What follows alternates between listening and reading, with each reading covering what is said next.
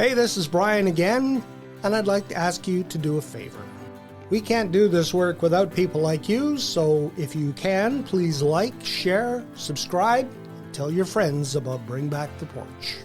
Whenever we do surveys of citizens, what do you like about Redcliff? It's the own identity, the small town feel. So really pointing away from amalgamation. And I know that was a hot topic years ago. Very hot topic. Yeah. And we really get told that over and over again. Still some people, of course, you can't paint everybody with the same brush. But we get told over and over again through those surveys, at least that's how I interpret it anyways, is we do appreciate our own identity. This episode of Bring Back the Porch brought to you by Medicine Hat Monumental, crafting quality memorials of distinction since 1970. Well, Bring Back the Porch is the place where we have neighborly conversations, and we're happy to welcome our neighbor from the town of Redcliff, the Mayor Chris Czember. Oh, thank you very much for having me. I appreciate the invitation, and I'm very flattered that you want to talk to me. Well, Redcliff has always been one of my favorites because for years, of course, I spent a lot of time in the town of Redcliff working at Chat Television on the west end of Broadway. Mm-hmm. And then we moved on to the very east end of Broadway, just off on Boundary Road there. So very familiar with that building. It was a place that I went to every day, not so much in the last year. So I thought we'd get caught up on just what's happening. You've had almost a year now as the mayor. How would you sum up the last year? Well, I get this question quite often. I was councillor, of course, for 2 terms before, so 8 years before, and certainly gave me at the very least, a pretty good insight on what to expect. So no huge surprises. I guess if I were to say if there was any surprise, phone certainly rings a little bit more. Mm-hmm. I do like to go on vacation. Vegas is my happy place, but my phone's always on. I always say that when I had my campaign. I really promoted good communication between the citizens, the administration, and then administration to council. So part of that is my phone is always on. I can be in Vegas, I can be wherever. I will answer my phone. So that's certainly one thing, but you got to be on top of things or else all these phone backs just mount and be insurmountable. Yeah, you don't need an elephant in one bite. Exactly. That's a very good analogy. I use it all the time. Yeah. We were talking before we started here. I recalled that a couple of years ago, I think the town of Redcliff did an infrastructure audit. And one of the things that was at the top of the list was the Redcliff rectangle, which has been taken care of. It's really looking in good shape. What else is on that list that you're working on? Well, just a little background on that. The province did mandate that every municipality do an infrastructure audit, and it just makes good planning sense, just so that way we know and we have some education and some information when we make decisions on all these assets. So basically what they did was they went out and we paid somebody to do an audit on every building that's owned by the town and give us some feedback on it. Did we necessarily agree with everything that was there? No. But we certainly got some information from it, and certainly some information that we weren't familiar with. Now, on the topic of the rectangle itself, we spent a lot of money on it in the last few years. I think if it's not complete, it's very close to complete, but I'm pretty sure it's complete right now. Yeah. We just did a ice plant upgrade with a company out of Calgary called Frozen, and then we added some bells and whistles as well that we didn't have before, and that was due in large part to a grant from the province. So a lot of things were identified there. Most of the things we knew. Years ago, I believe it was my first term, one of my first couple of years, we put some money into the roof. It was leaking. Mm-hmm. It's an old building, and a lot of these municipalities are running into the same problem. Mm-hmm. Back in the, I want to say, early 70s, there was a lot of grant money out there. Maybe you recall. Yep. But there's a lot of grant money out there to build all these rinks in these small communities. And now they're kind of getting at that age where, they've got to put a lot of money into them or build a whole new one. Yep. And there's different solutions to that problem. We did talk about doing a regional ice sheet out in Box Springs as well. But the timing wasn't right, and most of council kind of felt that the citizens of Redcliff like the idea of walking to the local ice rink instead of sharing one with the city. We would have had our own sheet out there for our own control, but it just wouldn't feel like ours. No, and that's the thing. Redcliff has its own identity. It is not Medicine Hat, and they're very proud of that. Yes, we are. Whenever we do surveys of citizens, what do you like about Redcliff? It's the own identity, the small town feel.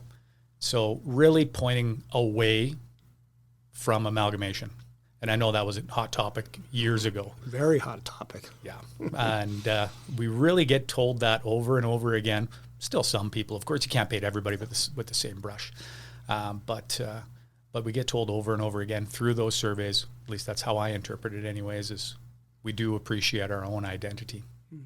That audit of your infrastructure, what else is on that list that might be pending? So the museum was a big thing. Yeah. It told us that the museum was in very poor condition. It was right. And we voted to really shore up the front of the building. I believe that was a $250,000 project, maybe a $300,000 project. It was not unanimous to do it, but we did vote to do it. And the front of it looks so much better now. So the museum was identified as a big thing. And it went through every asset that we had. The town hall itself, the senior center, the library, et cetera, et cetera. So it identified probably problems with every building. As I always say, when you buy a house and you get a home inspection, they will find something wrong.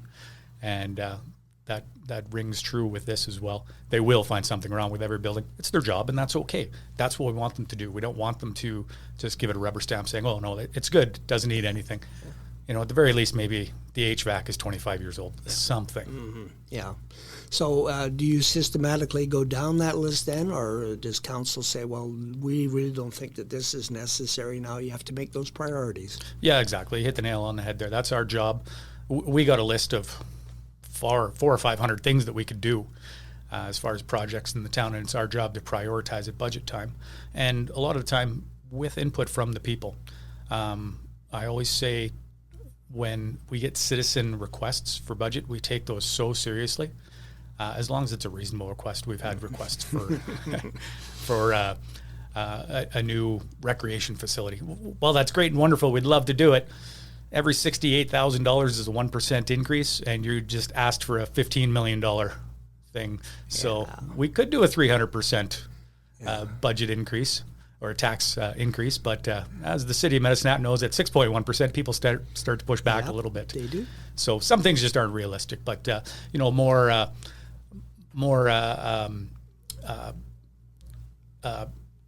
equipment at the park. That was one that we did at Lions Park. We wanted more. Somebody asked for more toddler-friendly equipment.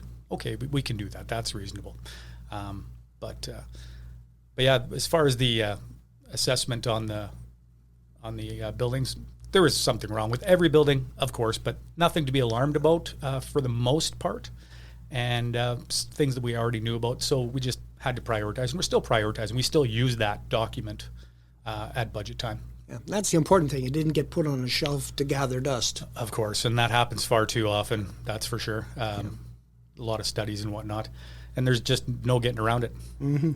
One of the infrastructure projects you're working on right now is the 5th Street infrastructure program, upgrades to some sanitary sewers and things like that. Big chunk of your town. Yeah, it's a big project for us. If I were to guess, I would say we have probably 200 city blocks of street frontage. And if you say there's 200 blocks, I'm probably even a little low on that, probably 250. And if you say each street deteriorates generously after 40 years, that means we should be doing 5 to 6 blocks every year to keep up. And we're not immune to the problem that every municipality has. Every municipality has an infrastructure deficit, meaning we're not repairing as much as is deteriorating. And the simple reason is dollars and cents. That project, I think it ends up being about $2.5 million. That's a lot of money to a small community like ours. Yeah. Our whole taxation base is about $7 million. Our whole budget is $21 million. That's including all of our income from water, not income, but our fees for water and garbage and sewer services. Yeah, exactly. Yeah. So and rental of facilities and whatnot. So what's left over is about $7 million rounded up. So that's a big chunk of our taxation base right there. Yeah. And every municipality has the same problem. Yeah, and you're damned if you do and damned if you don't, because there's some people, why are you spending that money? Why aren't you fixing it? And then now I can't get to my house because the road's torn up. So you're almost in a no-win situation. And to add on to that, if you don't repair it and just do no tax increases, well, then you're just pushing the problem down the road and your infrastructure deficit is just growing and growing. So, I mean, it sure is nice to say we had no tax increase. We had a very minimal tax increase this year. That makes people happy for the meantime, but over the long run, it's probably not good for you. Yeah. So I guess the other side of that equation then is growing your tax base, economic development. Yeah.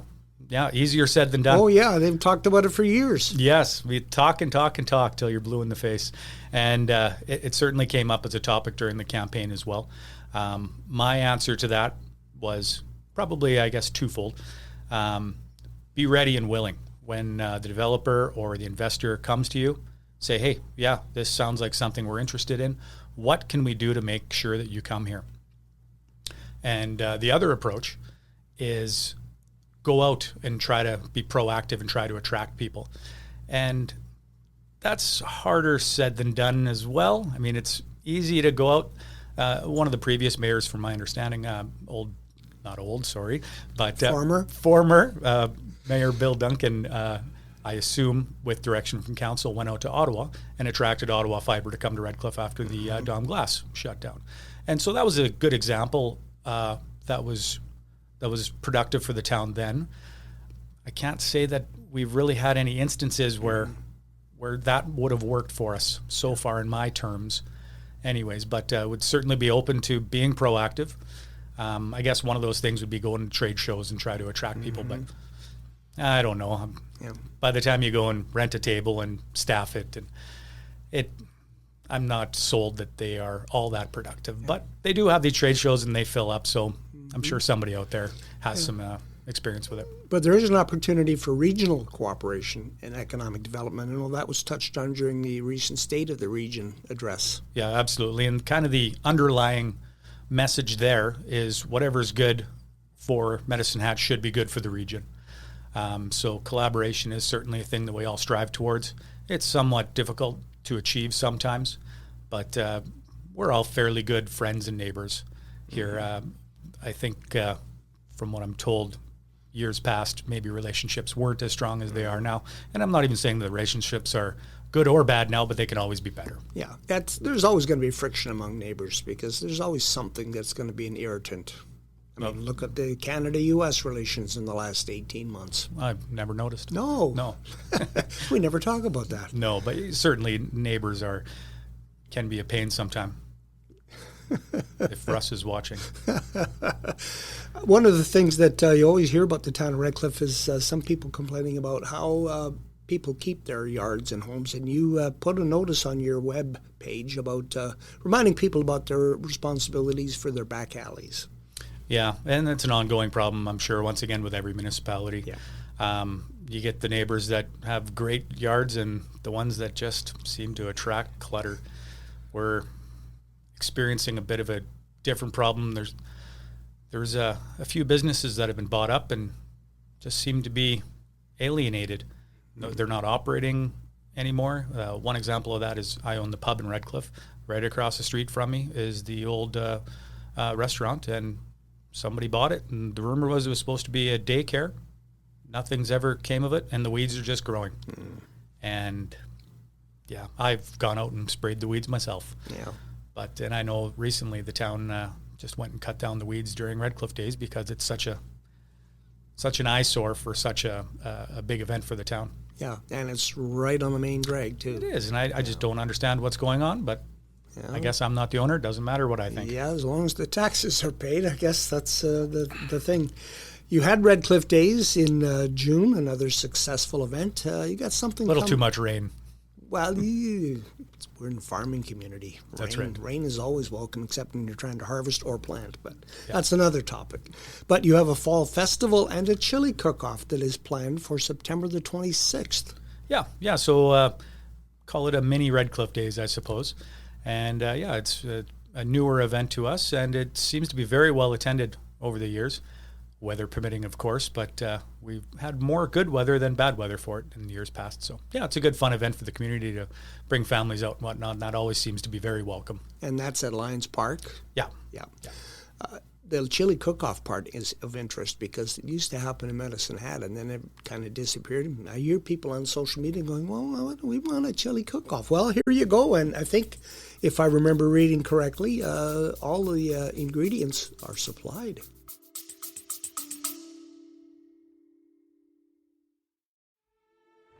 Let's pause for a moment so we can share some exciting news. We're proud to announce that our work here at Bring Back the Porch is getting noticed. From October to the end of January, our videos and reels viewed more than 1 million times. Some of those viewers could be your customers, so sponsoring Bring Back the Porch is a great way to get your message in front of them too. If you'd like to support our work here at Bring Back the Porch, we ask you to go to our website at bringbacktheporch.com and follow the links. Thank you for your support.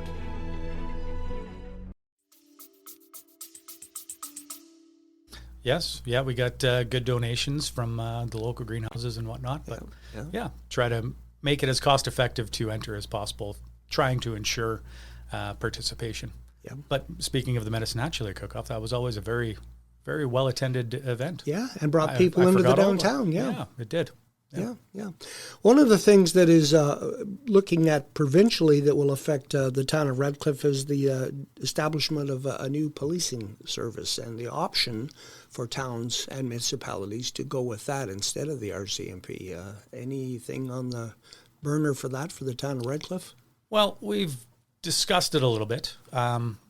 Personally, for me, there's just not enough details out there about it to pass judgment on it, and the province just seems to want us to give our opinion on it, whether we're yay or nay.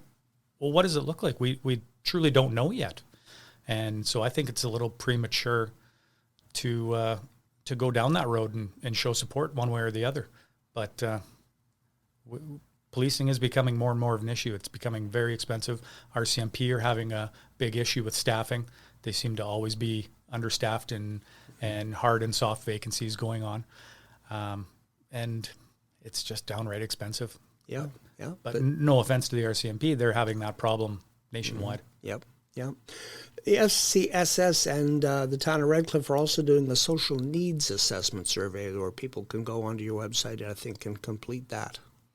Yeah. So it's a survey going online, and I'm not exactly too familiar with what FCSS plans to do with that information, but certainly encourage people to go out and take part. Public engagement always seems to be too low, and it's the same 10 people all the time. If we can get more and more people out there to help give information and direction to the town, any municipality would probably mimic my comments there that they always get the same people. So more public engagement, the better. It seems like there's a lot of public engagement on Facebook, but those people are usually hiding behind anonymous names, which, that never happens. But yeah, you wonder sometimes if there's a kernel of truth in some of that, or if it's just people, trying to stir the water, stir the pot. Kernel of truth mixed in with some misinterpretation. Yeah.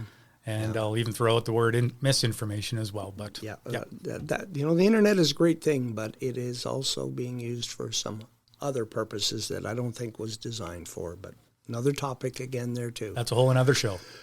The Legion in Redcliff is struggling. It's been trying to keep its head above water, and I think it has come to town council with a request to help with some of the projects that they're looking at for their 100th anniversary.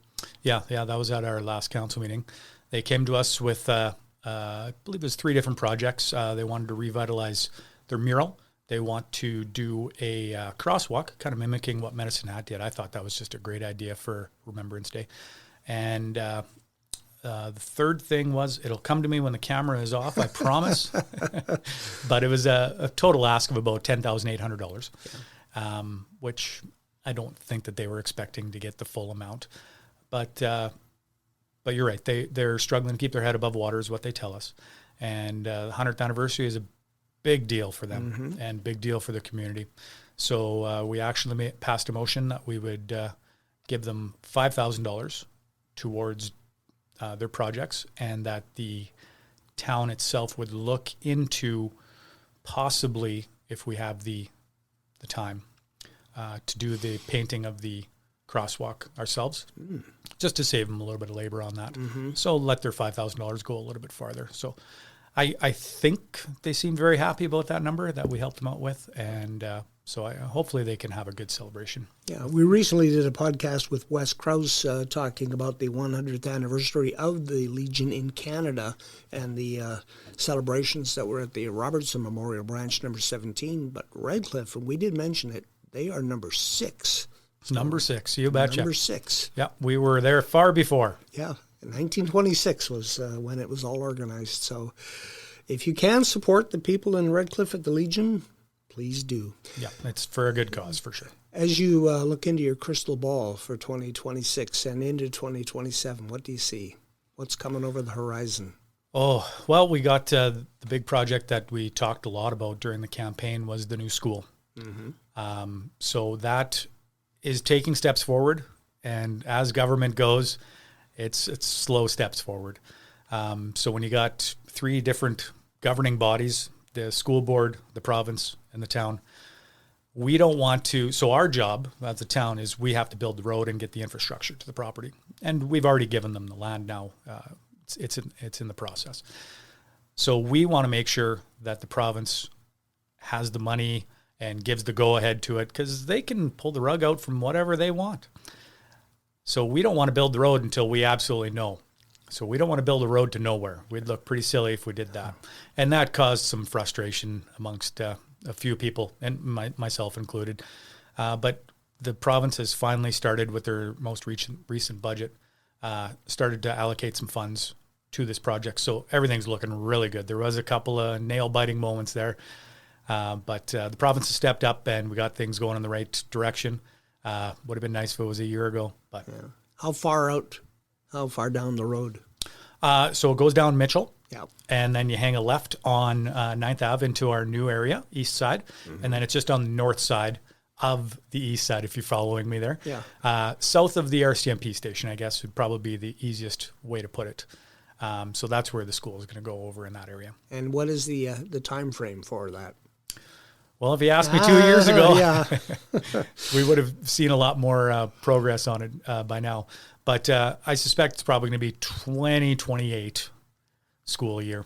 Okay. Well, that's not that far. It'll be here before you know it. Hopefully so. But I'm glad you're not recording this and quoting me on it. Yeah. Oh, wait a minute. Things change. Things change. Yeah, that does happen, and plans change. Anything else that you wanted to bring up about events, things that are happening in Redcliff? Geez, you're putting me on the spot here. We never discussed this. Yeah. How about housing? Do you have land for people to build houses on? Yeah, absolutely. And on that topic of the school site, when we're building the road, we're also developing some lots as well. So there's going to be some more lots for sale because we're getting pretty low in inventory there. And as you know, lots don't just show up overnight for sale. So it takes some time and some planning ahead, some forethought, and some engineering and money. So, so we're going to have, so we do have some land for sale. We do have some infill lots as well, which we have some incentives on, which I believe has been pretty well subscribed to. So that's been a good program for us as well. And if people want to follow along with what's going on in the town of Redcliff, your town council meetings are accessible through, I think it's Microsoft Teams, or then through YouTube. Yes. Yeah, both. Yeah, we're on Teams. So if I'm out of town for a holiday, or if somebody else is, then we Teams in quite often. And then it gets posted on YouTube afterwards. Yeah, but people can follow along. Absolutely, you can. You can watch it live. Okay. Or even in person if you like. Yeah. Well, Chris, thank you for the visit, and look forward to seeing what's happening in the future in the town of Redcliff. Oh, thank you very much for the invitation, Brian.